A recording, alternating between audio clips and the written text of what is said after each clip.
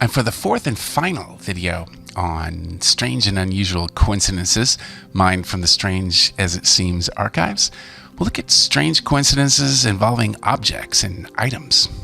And in this, a 285-foot tower toppled over by wreckers, and H.A. Trimble, the supervisor, found a light bulb that had fallen 285 feet, still intact. It was quite the incident that day, making the headline in the Oakland Daily News, and it didn't even break the light. And in the annals of strange objects found, here we have Billy Collins, the fishing boat skipper, who found a penny 8 miles at sea in 87 feet of water while sounding for the bottom in Panama City. And here's the photograph and the handwritten letter as proof. On June 15th, 1941, we were 8 miles offshore and about 30 miles from Panama City. I was sounding, trying to find rocky bottom, and drew up the sounding lead. Much to my amazement, I found a 1916 U.S. penny sticking to the soap.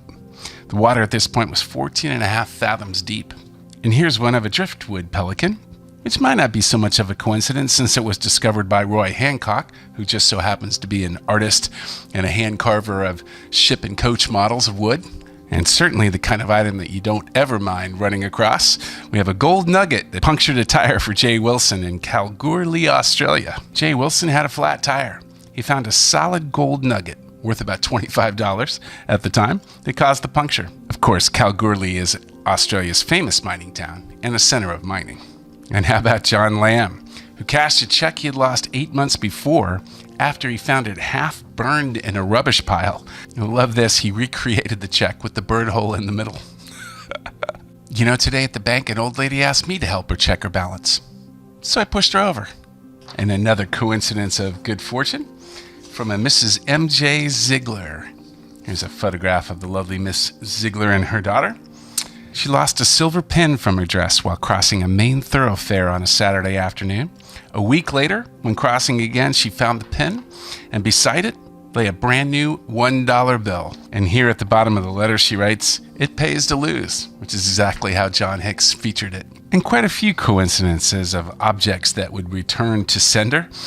A couple of these I don't have a comic strip, but fascinating letters. This was actually a letter sent by John Hicks to prove the fact to someone who doubted him that a $5 gold piece lost by A.H. Wagner in Miami, Texas, on July 4th of 1926 was found by him in the street in front of his house in Amarillo, Texas. July 4th, 1929, identified as being the same coin by initials which had been inscribed thereon, and the reference is included for the proof. And another handwritten letter from May 22nd, 1932. "Dear Sir, enclosed you will find a little Believe It or Not, which I thought you would care to print in the Philadelphia Daily newspaper. A book given by Mr. C.S. Shepard to a Mr. Zimmer in December 1901, who was at that time a single man, was read and loaned out, and was never heard from again for 31 years, until the book was loaned again to Mrs. Zimmer by a Mrs. Forbes of Shamokin, Pennsylvania, coming back to the man's wife after 31 years of traveling around. And Scotty Wilson of Tulsa, Oklahoma, who got back the same marked nickel 6 times in 1 year. And here at the bottom of the article, when it came back for a 6th time, Wilson decided to keep it, but somehow it got away. "It'll come back again, though," he said confidently. And this item returned from not so fortunate circumstances. "Dear Sir, in reply to your letter, the tornado that took our house was on the 19th day of June 1940. We're enclosing a small picture after it was over. I and my wife and 3 boys and niece were in the house at the time, and we escaped without injury, which we are very thankful for. 4 years ago, a tornado had carried away this bedspread, owned by H.L. Flynn, and while cutting wood for warp production a mile from his home, found the same spread in the top of a tree." There's Fire Captain C.J. Parmenter, who lost his helmet, but recovered it 2.5 years later in the Columbia River with a salmon net.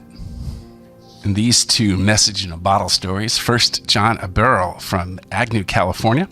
He tossed a bottle into a nearby Coyote Creek in April 1943. 13 months later, was found by a GI in Burma. And Lieutenant Commander Elmer Moore, who landed on a tiny South Pacific island in October of 1943. He picked up a Duraglass bottle that he found on shore and found that it was one that he had helped to manufacture in 1941 when he was an employee of the Owens, Illinois Glass Company. Bottles had been marked and dropped into the ocean to assist the Navy in plotting currents. And the final coincidence from the Strange As It Seems archives from the 1930s, 40s, and 50s. This is my favorite one. Hank Mann. In 1932, at his Hollywood cafe, he took in a dollar bill that he had signed and spent in New York 14 years before.